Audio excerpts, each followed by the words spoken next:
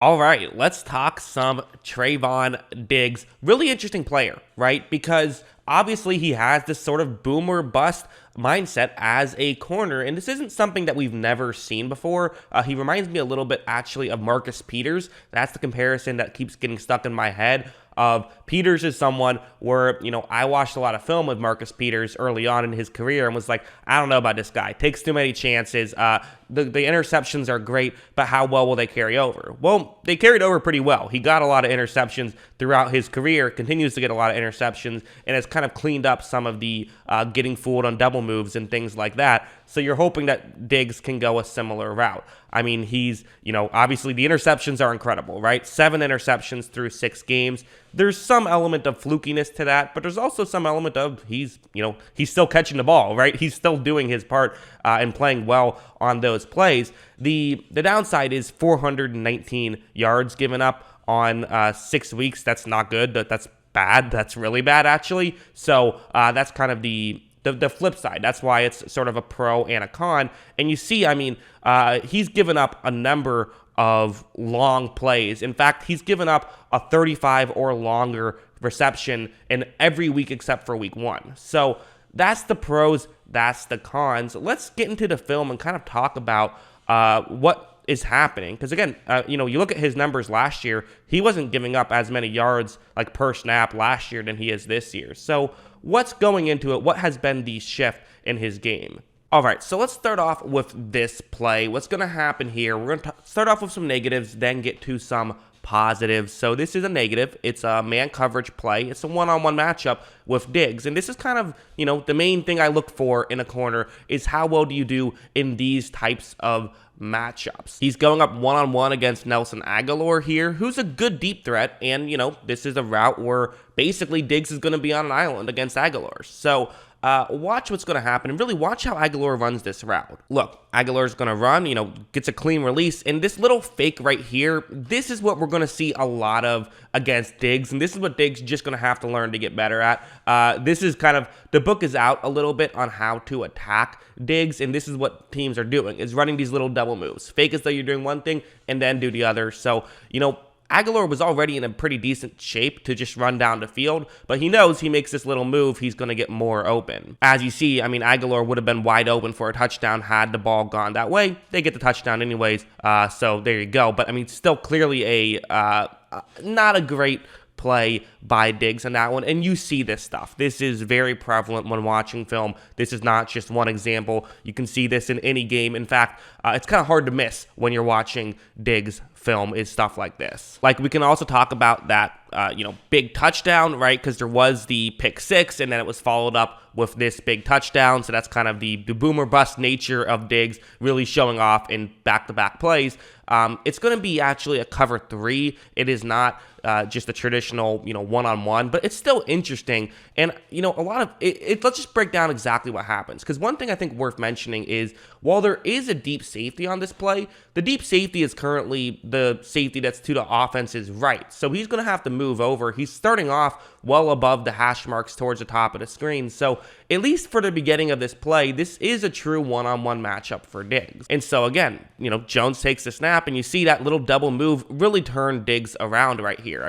Diggs is doing something very risky right now, which is he's not even looking at the receiver who he's supposed to cover, which, this is Kendrick Bourne, who again, these are solid players, but it's also not like he's going up against Julio Jones here. So this is the kind of play where, for Diggs, I would say this is a loss, right? Now, I would actually say that he's going to come back pretty well. Look, when he turns his hips back, he actually reads it pretty well, but then kind of just that weird clunkiness towards the end right there by Diggs, right? Where Diggs kind of just lets off and lets Bourne make the grab right there. If he jumps up and tries to knock it away, I think he has a chance to. So kind of a weird play there. I'm not sure if he thought the safety had a chance to make the interception or what.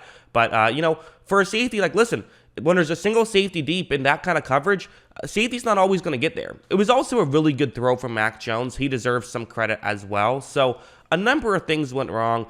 Not the best play from Diggs, but again, getting beat on these double moves, it's something that he has as a part of his game that he needs to work on. Regardless of how big of a deal you believe that is, it is something he has to work on. But all right, now let's talk about the positives. So let's talk about that pick six, because I heard a lot of people kind of bringing up with the pick six, it wasn't really a good play by Diggs. It was a lucky play by Diggs. That's a lot of what I heard, is that, he got beat, but then the throw wasn't a great throw, and he gets an interception. And there is some truth to that. In fact, there's always an element of luck in basically every interception, right? I mean, every now and then you have like an Ed Reed interception where he baits you into a turnover, but usually you have to get a little lucky with the quarterback's throw to get an interception regardless. The way this works is it's man coverage, and it's just a quick route over the middle against this cover one man blitz play. So, it's a route where you can quickly throw it to pick up some yards on this play. It's second down and long here. They're just trying to make an achievable third down. That's what Mac Jones is going for. Right when this play starts, I would say, to Diggs' credit, you can sit here and argue oh, well, he's kind of getting beat. I mean, every corner is going to get beat on that. Just the way he was set up, he's going to get beat. To his credit, he's reading it really well, and I would actually say this is a positive play, even if this was a perfect throw and catch, as long as Diggs makes a quick tackle, which certainly is an if, but if he does do that, I would say that's a great play, regardless of the fact that, it was a catch. It was not a catch, though, as we all know. Throw was a bit too far, just a bit too far, ends up getting dropped, and Diggs makes the grab. To me, that's a really good play by Diggs. I think that's a good play. So, to me, I put that into positive for Diggs, and of course, there's plenty of positives for Diggs. I mean, again, the guy's breaking records, or at least putting his name in the record book in terms of interceptions, and this is an incredible play. I think this next one might be my favorite, just in terms of how I think he can be effective. To me, I think Diggs could be a great zone corner. I think he could be really good as a zone corner. They play a lot of man in Dallas, so it's a little bit more difficult, but he's playing fine there as well. He is fast enough to play man. He's can do it well. He might still need, get a little bit more growing pains, but on this play, it's kind of exactly what Diggs does well, which is it's man coverage, and it's just a quick curl route. So right when this play starts, Diggs playing off as he likes to do, and at this point, I think for Darnold, he's kind of thinking, hey, Diggs can't even see the ball right here. His head is completely turned, so this is a good situation. But this is kind of what that aggressive nature for Diggs, what it does is every now and then you're going to have those situations where it's a double move and, receiver runs deep. Now you have him wide open down the field for a touchdown. However, the flip side for Diggs is right when Darnold throws this ball, he's able to beat the ball to the spot, gets the interception there. So that's kind of the, it's the pros and cons. And this is kind of why I make some Marcus Peters comparisons, because it's very similar in my opinion. So yeah, really fascinating player. To me, the way I see it is that he still is, to me, he's a raw player who has a lot of talent. That's the way I view it. And so the question is, I really don't know. I don't know how good he'll be. The nice thing is you have some time to figure that out. I don't know if you're going to sit here and say that he's an elite corner. I don't think he's an elite corner, at least not today. I don't think he's a bad corner either, because again, we can sit here and say, well, without the interceptions, what does he have? But that's kind of I don't know, without the home runs, how good is Giancarlo Stanton, right? It's that's why you have him. That's why you have Diggs, is because he gets those big splash plays. So I find him very interesting. Also, he's only given up one touchdown this season. So while he has given up some big plays, at least he hasn't given up the touchdowns. Maybe that's something to feel good about. I don't know. Interesting player, though. What do you guys think? Let me know in the comments below. Always love hearing from you. And of course, as always, thanks for watching.